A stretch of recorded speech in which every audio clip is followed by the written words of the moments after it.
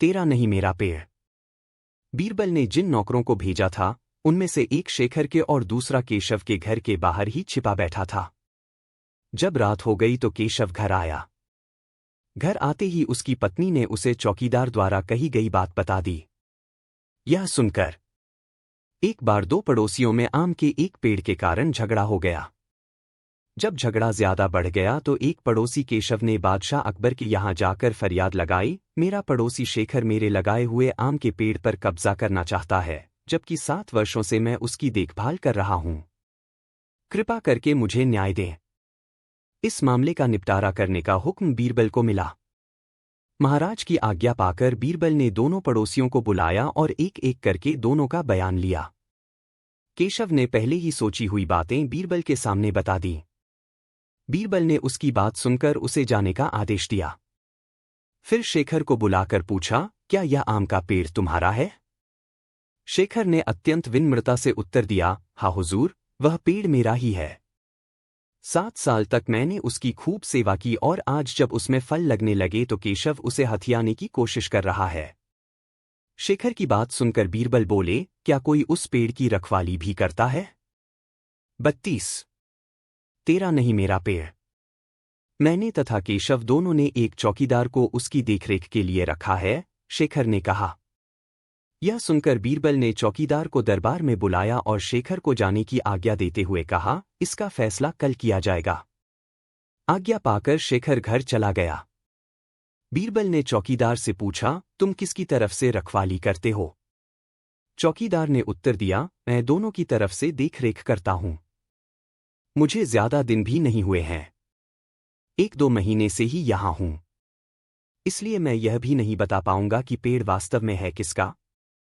बीरबल ने चौकीदार को पेड़ के पास रहने का हुक्म दिया तथा स्वयं इस मामले पर विचार करने लगे। शाम को बीरबल ने चौकीदार को बुलाकर कहा, तुम बारी बारी से शेखर और केशव के घर जाओ और उनसे कहो कि आम के पेड़ के पास हथियारबंद डाकू खड़े हैं और आम तोड़ने को तैयार हैं। फिर चेतावनी देते हुए आगे बोले, जैसा मैंने कहा है वैसा ही कहना। तुम्हारे पीछे मैं अपने नौकरों को भेज रहा हूं। उसके बाद बीरबल ने चौकीदार के पीछे पीछे अपने 2 विश्वासयोग्य नौकरों को भेज दिया और उन्हें समझा दिया, तुम शेखर और केशव दोनों की बात सुनना और जो कुछ उनके बीच बातचीत हो आकर मुझे बताना। आज्ञा पाकर दोनों नौकर चौकीदार के पीछे चल दिए। चौकीदार पहले केशव के घर गया। केशव उस समय घर पर नहीं था, इसलिए वह केशव की पत्नी को ही सारी बात बताकर आ गया। शेखर भी घर पर नहीं था, इसलिए शेखर की पत्नी को बोरबल द्वारा कही बात बताकर चौकीदार घर लौट गया। बीरबल ने जिन 2 नौकरों को भेजा था उनमें से एक शेखर के तथा दूसरा केशव के घर के बाहर ही छिपा बैठा था। जब रात हो गई तो केशव घर आया। घर आते ही उसकी पत्नी ने उसे चौकीदार द्वारा कही गई बात बता दी। यह सुनकर केशव बोला, इस अंधेरी रात में कौन जाए और वह भी बिना खाए पिए शत्रुओं का सामना करने, और उन्होंने मुझे मार दिया तो? चाहे आम रहें या न रहें, मैं नहीं जाऊंगा। कुछ देर सोचने के बाद उसने पत्नी से आगे कहा, मैंने तो यह सोचा था कि यदि जुगाड़। 7 बीरबल की योग्यता। अच्छा, फिर तो तुमने यह भी जरूर देखा होगा कि उनमें कितने नर और कितने मादा हैं? बादशाह ने मुस्कराकर पूछा। वह चतुर व्यक्ति हैरान रह गया और बोला, हुजूर, यह तो मैंने देखा नहीं। बादशाह अकबर के दरबारी तथा अन्य सभासद बीरबल से बहुत ईर्ष्या करते थे। कुछ सभासद और दरबारी तो बीरबल को बिल्कुल भी पसंद नहीं करते थे। वे हर वक्त उस समय का इंतजार करते कि कब बीरबल को उसके उच्च पद से हटाने में सफल हो सके। ऐसे अवसर प्रायः आते भी थे। एक बार बीरबल की अनुपस्थिति में बादशाह के कान भरने के उद्देश्य से सभासदों ने एक स्वर में कहा, हमारी समझ में आज तक नहीं आया जहांपनाह कि हम लोगों में क्या कमी है, क्या हम अपने काम मेहनत से नहीं करते? बीरबल को इतना महत्व क्यों दिया जाता है? हम लोग उससे कहीं अधिक पढ़े लिखे हैं, बुद्धिमान हैं तथा उच्च समझ वाले हैं। उनकी बातें सुनकर बादशाह मुस्कराने लगे। बादशाह को मुस्कराता देख एक सभासद बोला, जहांपनाह, बीरबल से आपको इतना लगाव क्यों है? क्या वह हमसे ज्यादा पढ़ा लिखा है? नहीं, इसके अलावा बहुत फर्क है उसमें और आप लोगों में। बादशाह ने इस बार भी मुस्कराकर कहा। हमें जानने की इच्छा है, हुजूर, सभासद एक साथ बोले। अच्छा, फर्क जानना चाहते हो? बादशाह ने रौबदार अंदाज में कहा। 36। बीरबल की योग्यता। हाँ हुजूर, सभासद बोले। बादशाह तुरंत बोले, फर्क दिखाया जाएगा। हाँ। इसी समय बीरबल के पास सूचना दो कि वह 7 दिनों के लिए छुट्टी पर रहे तथा दरबार में न आए। तुम लोग सूचना सबसे चतुर हो, वह उनके स्थान पर काम करे। इस 1 हफ्ते में हम फर्क का एहसास करा देंगे। ऐसा ही किया गया। एक नौकर ने जाकर बीरबल को 1 हफ्ते छुट्टी को खबर दी। उन लोगों में जो सबसे चतुर था, उसे बीरबल के स्थान पर नियुक्त कर दिया गया। बादशाह उन सबकी परीक्षा लेने का उचित अवसर खोजने लगे। 1 सप्ताह खत्म होने ही वाला था कि बादशाह ने दरबारियों को एकत्र करके उनके द्वारा चुने गए उस चतुर व्यक्ति से कहा, हमारे महल के पिछले हिस्से में कुतिया के केके करने की आवाजें आती रहती हैं। देखकर आओ, माजरा क्या है। जो आज्ञा हुजूर, कहकर चतुर व्यक्ति चला गया। थोड़ी ही देर बाद वह लौटा। बादशाह ने मुस्कराकर पूछा, क्या माजरा है? बीरबल की योग्यता। 37। नए चतुर दीवान ने कहा, कृत्या ने बच्चे दिए हैं हुजूर, वे ही केके करते रहते हैं। वे कितने बच्चे हैं? बादशाह ने पूछा। हुजूर, मैंने तो गिने नहीं, दीवान बोला। जाओ, गिनकर आओ, महाराज ने कहा। व्यक्ति आज्ञा पाकर दोबारा गया और थोड़ी देर बाद लौटकर बोला, जहांपनाह, कृत्या ने 5 बच्चे दिए हैं। मैं स्वयं गिनकर आया हूं। गिन आए? महाराज ने पूछा। जी हां, दीवान बोला। अच्छा, फिर तो तुमने यह भी जरूर देखा होगा कि उनमें कितने नर हैं और कितने मादा? बादशाह ने मुस्कराकर पूछा। वह चतुर व्यक्ति हैरान रह गया और बोला, हुजूर, यह तो मैंने देखा नहीं। देखकर आओ। वह व्यक्ति तीसरी बार गया और बच्चों को देखकर आने के बाद बोला, हुजूर, 2 नर और 3 मादा। अच्छा, जो नर हैं, उनके रंग कैसे कैसे हैं? जी, वह व्यक्ति पुनः वहां जाने के लिए मुड़ा। मैंने दोनों नर बच्चों के रंग पूछे हैं, बादशाह ने फिर से कहा। जी, इस बात पर तो मैंने ध्यान नहीं दिया। वैसे उनमें से एक तो काला है। एक शायद सफेद, मैं एक बार फिर देख आता हूं। इस प्रकार वह चतुर व्यक्ति चौथी बार गया और वापस लौटकर बताया, एक नर काला सफेद है और दूसरा बादामी। मादा में से 2 काली और 1 बादामी है। बैठ जाइए, बादशाह ने कहा। वह व्यक्ति बैठ गया। अब बीरबल को यहां बुलाया जाए, बादशाह ने एक नौकर को आदेश दिया। नौकर बीरबल को बुलाकर लाया। बीरबल ने आते ही कहा, हुजूर, अभी तो 1 दिन और बाकी है। मैं परसों अपने आप ही आ जाता। 8 सबसे बड़ी चीज गर्ज। बादशाह की बात सुनकर वे चारों घबरा गए। उनमें से एक ने हिम्मत करके कहा, प्रश्न पूछिए बादशाह सलामत। संसार में सबसे बड़ी चीज क्या है? बादशाह ने सवाल पूछा। एक ने कहा, खुदा की खुदाई सबसे बड़ी चीज है। बादशाह अकबर बहुत हंसमुख स्वभाव के थे। वह अक्सर ऐसी बातें पूछा करते थे जिनका जवाब विद्वान से विद्वान व्यक्ति भी देने में असफल हो जाते थे। अकबर को पहेलियां पूछने का बहुत शौक था। अकबर की अधिकतर पहेलियों का उत्तर बीरबल ही दे पाते थे। इसलिए अकबर बादशाह उनसे बहुत प्रसन्न रहते थे। इसी कारण अन्य सभासद बीरबल से जलन की भावना रखते थे। एक दिन बीरबल दरबार में उपस्थित नहीं थे। मौका पाकर सभी सभासद बीरबल के विषय में अकबर के कान भरने लगे। सभी बीरबल के कामों की बुराई कर रहे थे। अकबर बादशाह को यह सब अच्छा नहीं लग रहा था, क्योंकि वह बीरबल को दिल से प्यार करते थे और उनके खिलाफ कुछ भी सुनना पसंद न था। अतः बादशाह ने अपने सभासदों से कहा, तुम लोग बेवजह बीरबल की बुराइयां कर रहे हो। सच तो यह है कि बीरबल तुम लोगों से काफी चतुर और बुद्धिमान है। यह सुनकर सभासद बोले, बादशाह सलामत। आप वास्तव में बीरबल को आवश्यकता से अधिक मान देते हैं, हम लोगों से ज्यादा उन्हें प्यार करते हैं। मुस्लिम होते हुए भी आपने एक हिंदू को बहुत सिर चढ़ा रखा है। यह सुनकर अकबर को अच्छा न लगा। उस दिन जब सभा समाप्त होने का समय आया तो अकबर बादशाह ने अपने उन 4 सभासदों से कहा, देखो, आज बीरबल तो यहां है नहीं, तो तुम्हारे पास खुद 15 झक मार रहे हैं। इस बार बादशाह अकबर और भी ज्यादा भड़क उठे। तभी उन्होंने सिपाही भेजकर बीरबल को वहीं बुलवाया। हुक्म पाते ही सिपाही गया और बीरबल को ले आया। एक बार बादशाह अकबर और बीरबल शाम के समय नगर में घूमने निकले और घूमते हुए यमुना तट पर पहुंच गए। वहां कुछ मछुआरे मछली पकड़ रहे थे। उनको मछलियां पकड़ते देखकर बादशाह अकबर को भी मछली पकड़ने की इच्छा हुई। वह भी कांटा डाल मछलियां पकड़ने लगे। बादशाह को इस कार्य में बड़ा आनंद आ रहा था। अचानक किसी के आने का पैगाम लेकर बीरबल को बादशाह अकबर की बेगम साहिबा के पास जाना पड़ा। वहां पहुंचकर उन्होंने अपना पैगाम बेगम साहिबा को दिया।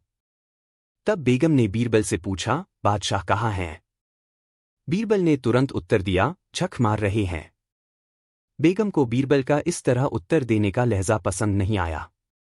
जब बादशाह अकबर महल लौटे तो बेगम ने बीरबल के गुस्ताखी भरे लहजे में उत्तर देने की बात सुनाई और इस गुस्ताखी के लिए बीरबल को सजा देने का आग्रह किया। बीरबल द्वारा अपने प्रति ऐसे अपशब्द सुनकर बादशाह क्रोध से बौखला गए।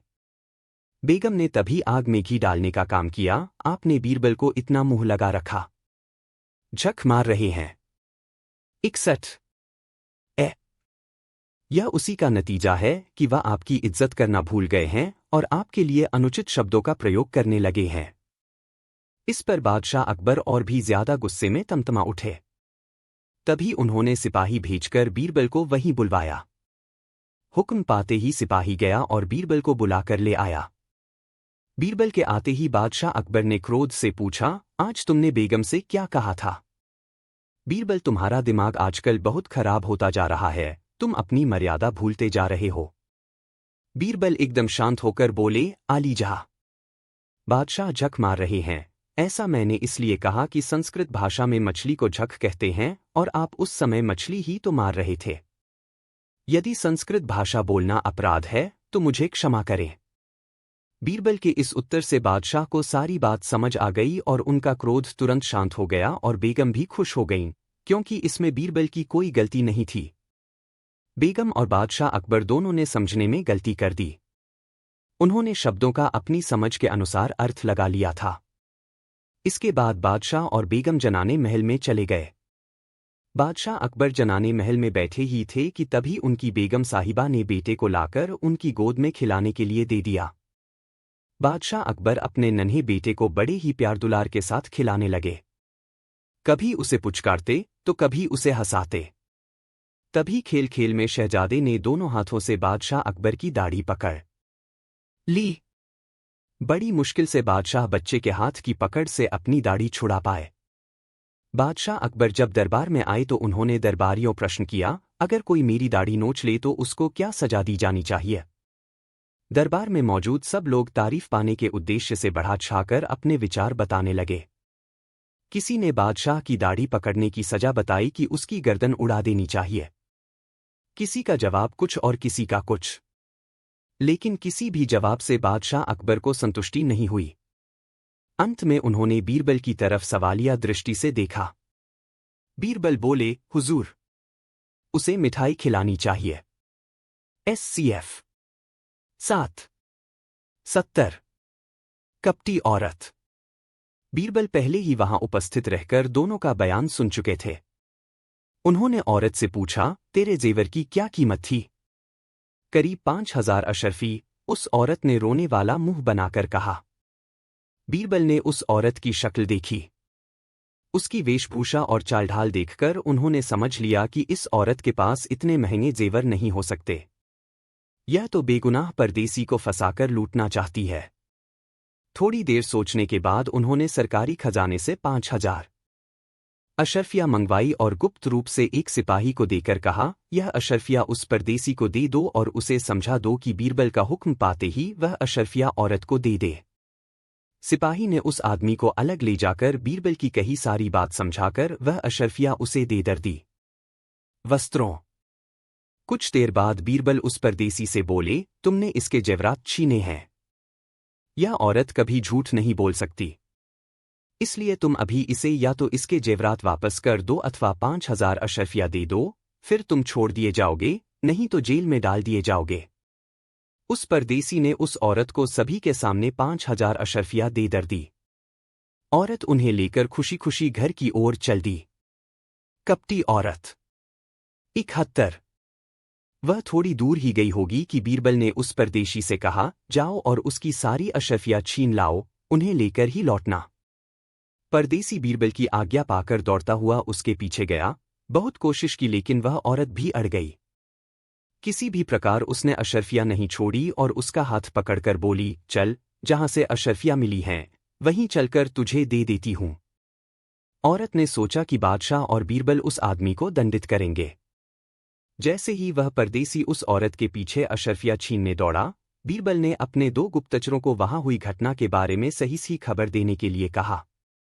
दोनों गुप्तचरों ने उस औरत तथा आदमी के आने से पहले ही वहां का सारा हाल बता दिया। इस बात से बीरबल को और भी विश्वास हो गया कि निस्संदेह यह औरत धोखेबाज है और परदेसी को फंसाकर धन ऐंठना चाहती है। थोड़ी देर बाद उस आदमी को साथ लेकर वह औरत सभा में उपस्थित हुई और बोली, जहांपनाह, जो धन आपने मुझको दिलवाया है, उस धन को भी यह आदमी रास्ते में मुझसे छीन रहा था, लेकिन मैंने इसकी एक नहीं चलने दी और आपके सामने इसे ले आई हूं। आप स्वयं अपनी आंखों से देख लीजिए।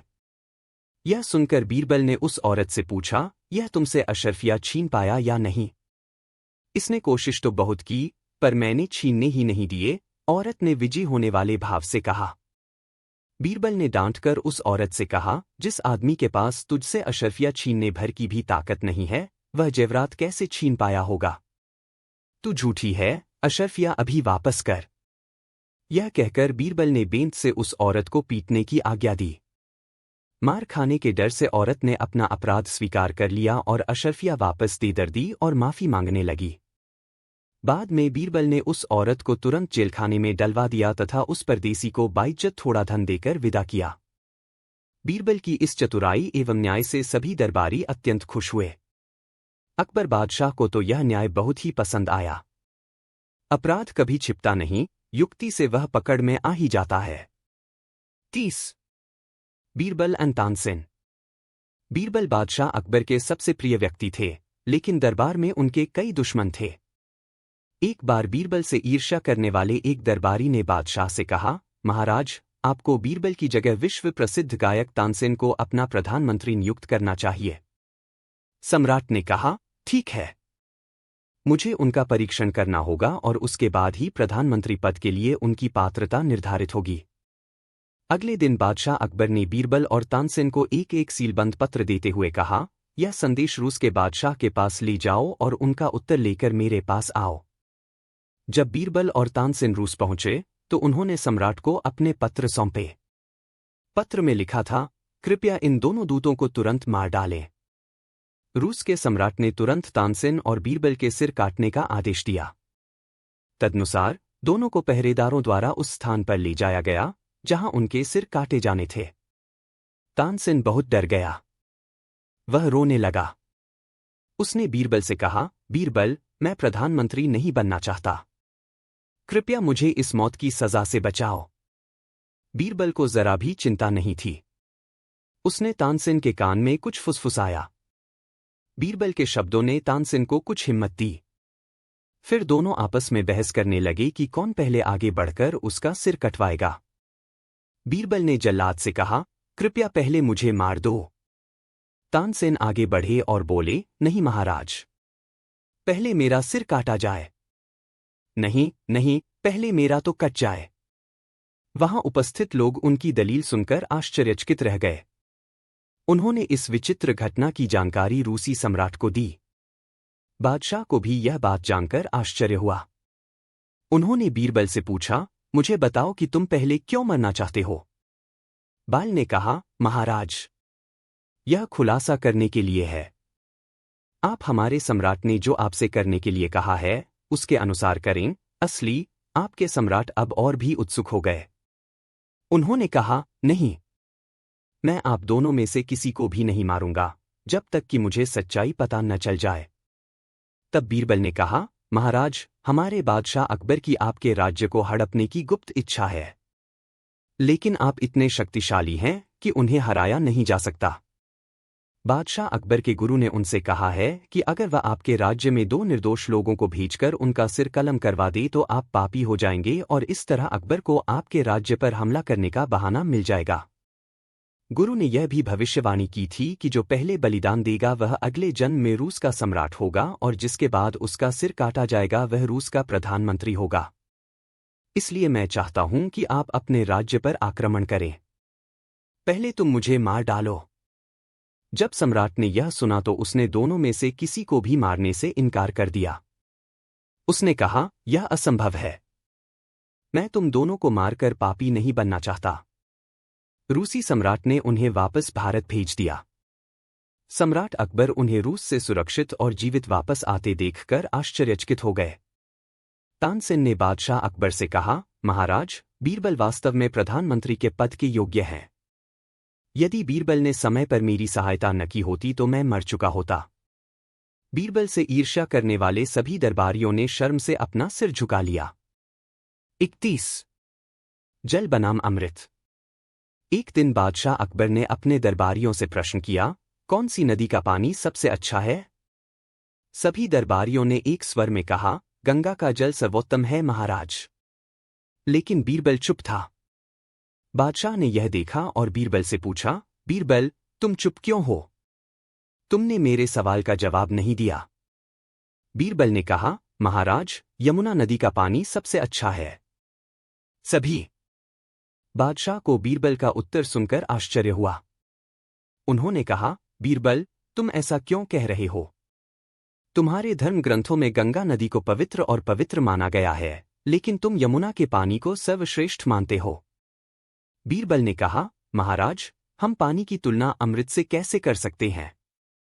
आप गंगा नदी में जो पानी बहता हुआ देख रहे हैं, वह पानी नहीं है, वह अमृत है।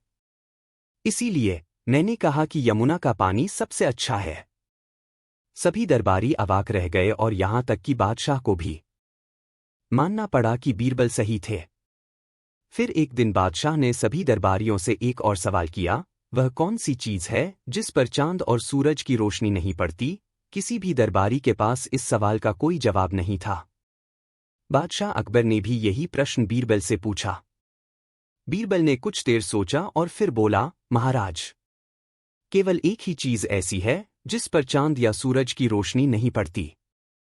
बादशाह ने उत्सुकता से पूछा, यह क्या है? बीरबल ने कहा, अंधकार। यह एकमात्र ऐसी चीज है जो न तो चांद की रोशनी पाती है और न ही सूरज की। सभी ने बीरबल के प्रश्न के चतुराईपूर्ण उत्तर की प्रशंसा की। 31 जल बनाम अमृत। एक दिन बादशाह अकबर ने अपने दरबारियों से प्रश्न किया, कौन सी नदी का पानी सबसे अच्छा है? सभी दरबारियों ने एक स्वर में कहा, गंगा का जल सर्वोत्तम है महाराज। लेकिन बीरबल चुप था। बादशाह ने यह देखा और बीरबल से पूछा, बीरबल, तुम चुप क्यों हो? तुमने मेरे सवाल का जवाब नहीं दिया। बीरबल ने कहा, महाराज, यमुना नदी का पानी सबसे अच्छा है। सभी बादशाह को बीरबल का उत्तर सुनकर आश्चर्य हुआ।